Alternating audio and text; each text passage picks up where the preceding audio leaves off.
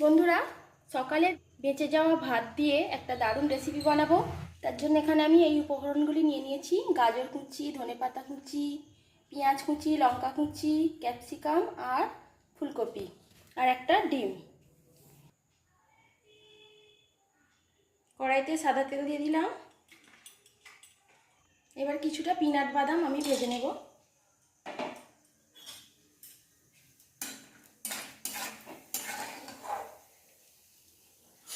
বাদামগুলো ভাজা হয়ে গেছে, এবার ডিমটা ভেজে নেব।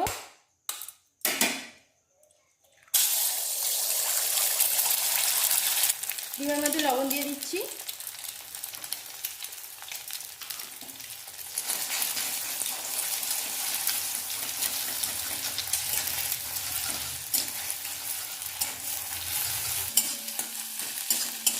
ডিমটাও ভাজা হয়ে গেছে, তুলে নিচ্ছি। কড়াইতে আর একটু সাদা তেল দিয়ে দিলাম। ফুলকপিগুলো দিয়ে দিচ্ছি।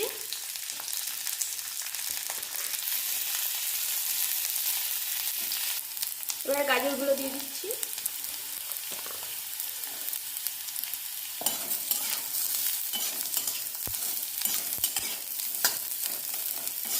বন্ধুরা, বেঁচে যাওয়া ভাত দিয়ে বাড়িতে থাকা টুকিটাকি সবজি দিয়ে এইভাবে রান্না করে খেলে কিন্তু অসাধারণ খেতে লাগে।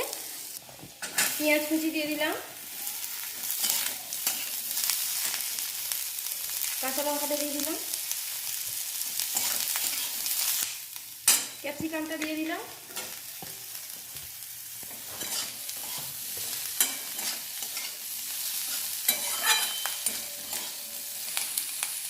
সব সবজিগুলো ভালো করে ভেজে নেব।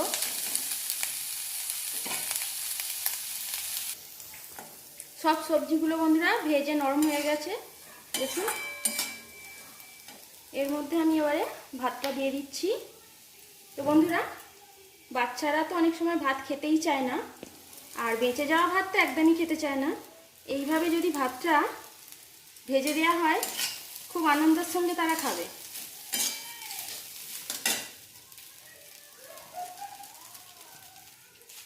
দেখতেও একদম ফ্রাইড রাইসের মতন হয়ে যায়, আর কালারফুল ভাত সবাই পছন্দ করে খেতে।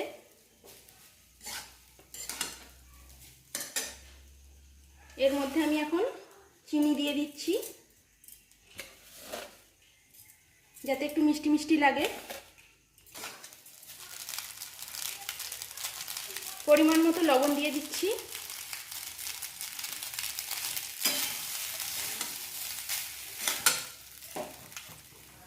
ডিম আর বাদামটা দিয়ে দিচ্ছি।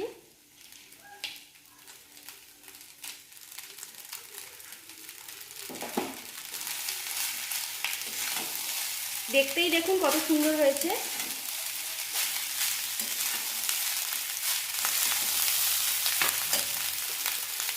এবারে ধনেপাতা কুচিটা দিয়ে দিচ্ছি। ধনেপাতাটা আপনারা দিতেও পারেন, নাও পারেন। আর একটু ঘি দিয়ে দিচ্ছি।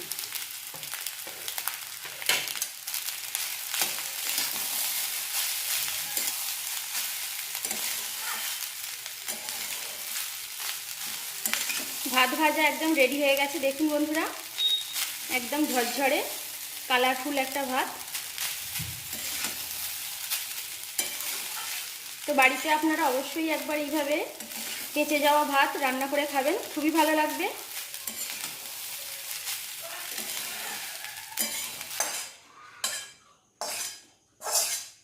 কত সুন্দর লাগছে, একদম রাইসের মতন।